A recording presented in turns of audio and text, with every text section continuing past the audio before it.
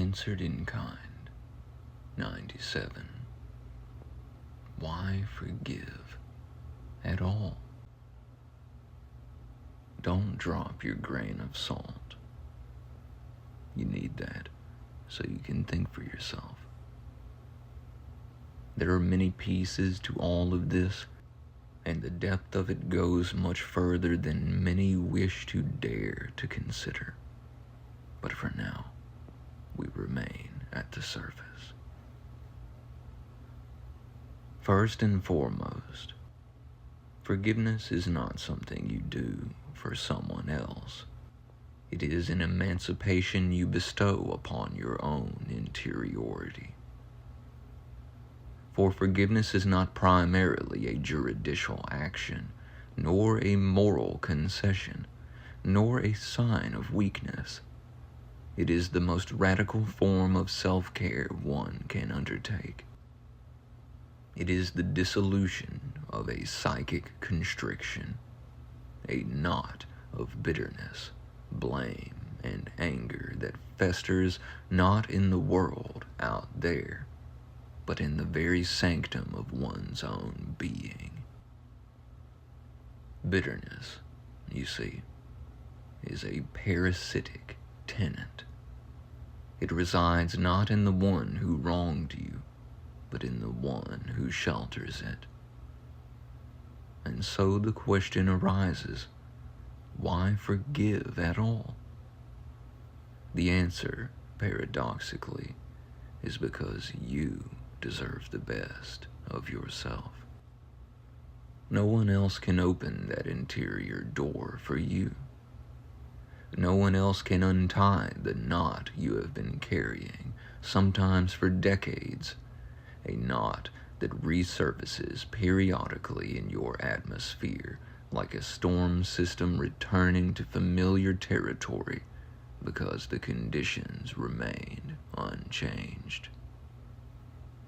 You may push it down, repress it, distract from it, but repression is merely emotional procrastination. What is ignored returns. What is denied festers. What is unexamined repeats. When we feel harmed, so often we cling to a single villain in our narrative. But ask yourself, who taught the one who harmed you to be the way they are? And who shaped the one who shaped them? And what wounded the one who wounded the one who wounded them? If you trace it back far enough, you may never find a beginning. Only an ancient, ramifying lineage of unhealed wounds. Most human beings reenact the pain they once endured, not out of malice, but out of unconscious compulsion. The original injury reverberates through them like an echo, and they cast it onto others because they do not know what else to do with it.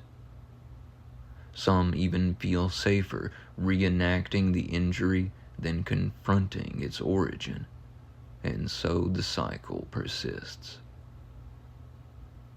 There are those among us, tender-souled, luminously empathic, who see pain in others and instinctively wish to help. Even when the one brimming with unhealed wounds lashes out with cruelty or contempt, still the empathy stays. For we perceive their tempest, the storm within them, and wish to be a lighthouse. But hear this. You cannot forcibly place freedom into another's hands.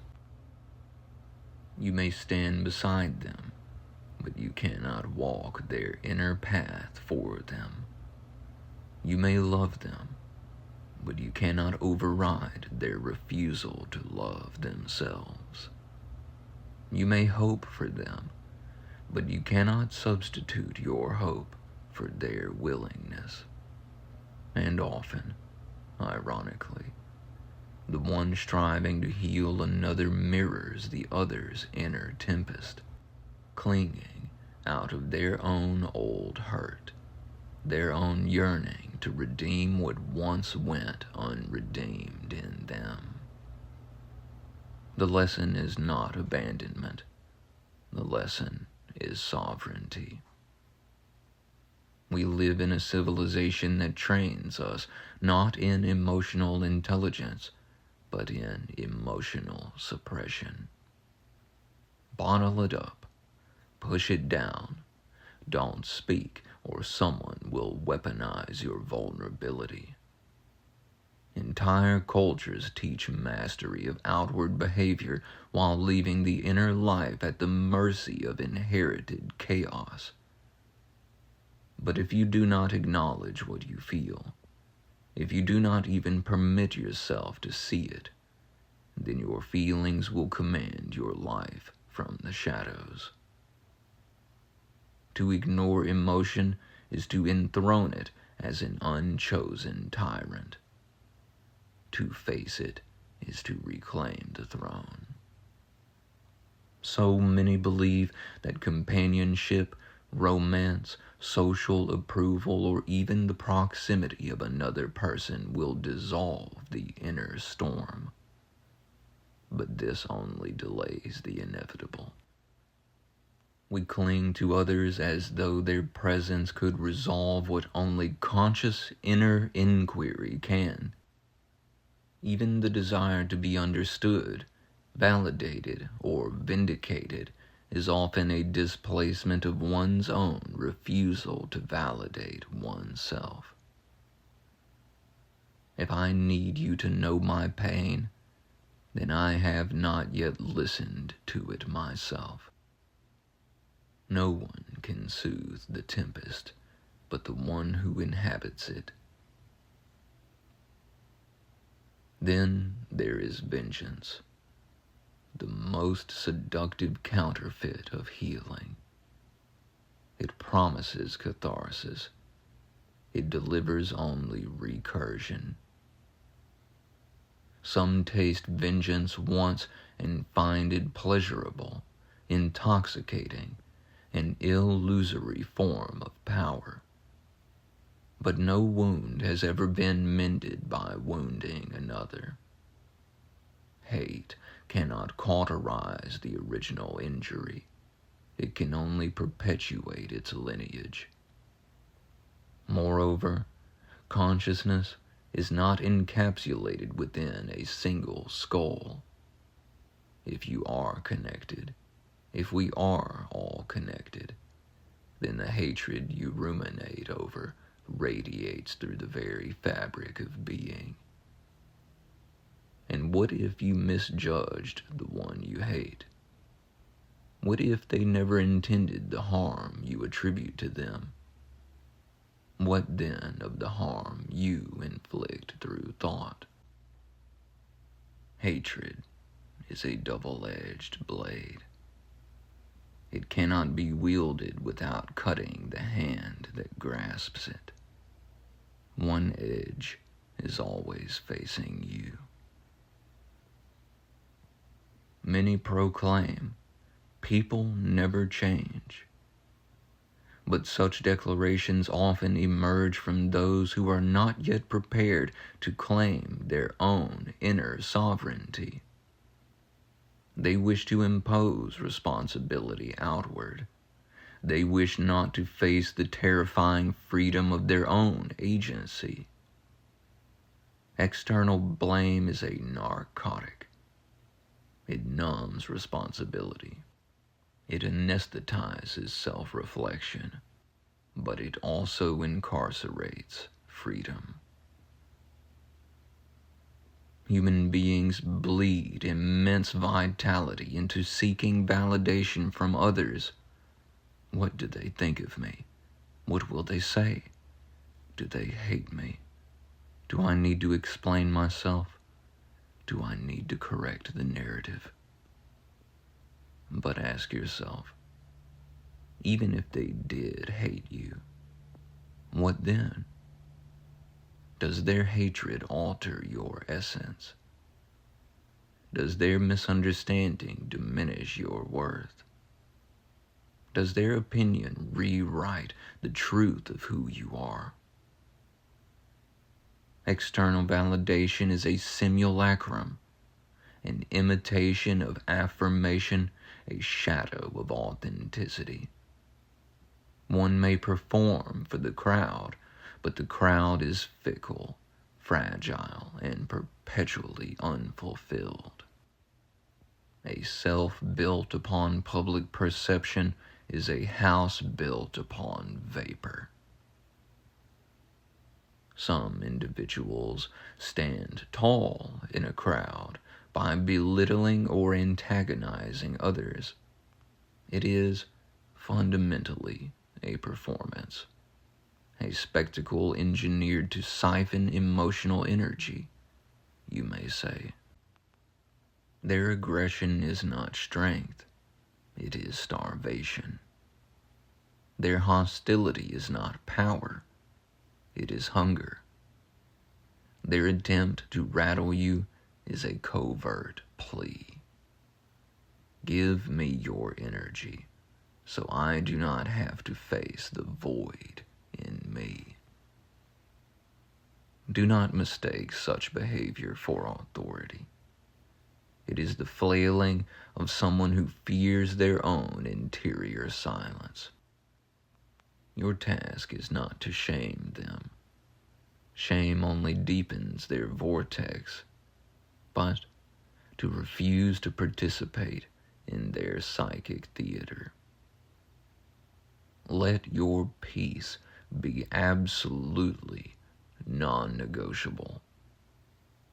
If an adult behaves like a child, you need not put a bottle in their hand, but neither must you strike their hand away. Simply decline the script. Punishment does not heal the original wound. It only enforces compliance through fear.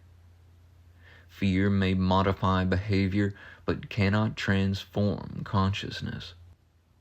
This is why so many systems, religious, political, familial, attempt to govern through threat. Do this, or suffer that. This is the only way. Obey, or be condemned. But what is such conditioning but emotional extortion? True transformation cannot be coerced. It must be chosen. So many insist, I am unworthy. But consider, if you were unworthy, why do you exist at all?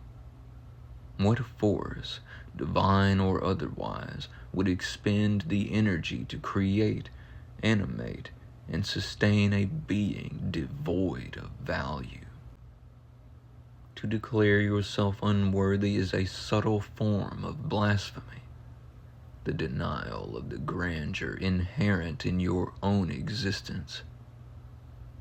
And why do so many believe this?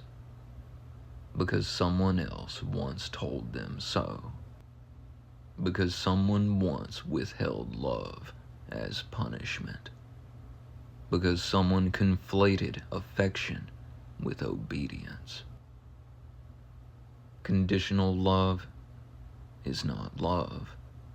It is emotional currency. Do not confuse a dysfunctional upbringing with the metaphysics of reality. People may declare your way of being unsacred, sinful, wrong, or unacceptable. This reveals nothing about the sacredness of your path. It reveals only the limitations of their perception. Your peace is not contingent upon the approval of those who cannot see the whole of you. Their refusal to listen does not negate your truth. Their inherited pain does not obligate your participation in the reenactment of their drama. If they will not hear your truth, kick the dust from your feet and leave them be.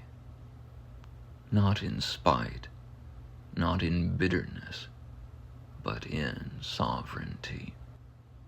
People hear only when they are ready, and readiness often arrives after they tire of bleeding vitality into the same cycles of suffering. There comes a moment, unexpected, unbidden, when the human being collapses into a depth of exhaustion profound enough to open them. All the clutching to bitterness, blame, vengeance, and validation becomes too heavy to carry. They lay it down, not out of enlightenment, but out of sheer fatigue. And in that surrender, a small aperture opens. It is then that another may come, perhaps a stranger, perhaps a friend, and demonstrate a way of being previously unimagined.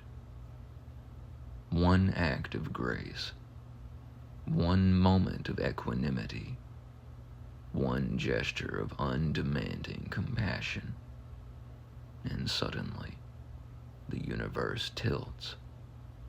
Reality expands. A new template of living becomes conceivable. With time, you understand something profound. You cannot blame a person for the pain they inherited. You may set boundaries. You may refuse mistreatment. You may remove yourself from harm, but you do not need to harbor hatred. Hatred is a corrosive elixir. It deteriorates the vessel that carries it. If you tense up and mirror their tempest, nothing changes. If both of you descend into the vortex wins. But if only one of you knows better, then one of you must be the better example, not as enabler, but as sovereign. You act from truth, not vengeance, from clarity, not blame, from principle, not reactivity. So why forgive at all? Because forgiveness is the dissolution of bondage. Because forgiveness untethers your vitality from the past. Because forgiveness restores your interior sovereignty. Because forgiveness transfigures inherited pain into generative power. Because forgiveness halts the transgenerational transmission of suffering. Because forgiveness is the refusal to let another's tempest dictate your atmosphere. Forgiveness is not the absolution of harm. It is the refusal to perpetuate harm within yourself. Forgiveness is not the denial of injustice. It is the refusal to let injustice colonize your soul. Forgiveness is not the erasure of memory. It is the release of the emotional venom intertwined with memory. Forgiveness is not weakness. It is the most formidable act of strength a human being can perform. And above all, forgiveness is the reclamation of your peace. A peace that must remain absolutely, irrevocably non-negotiable. God bless your divine presence. I send you all the divine love of my being to bless and prosper you.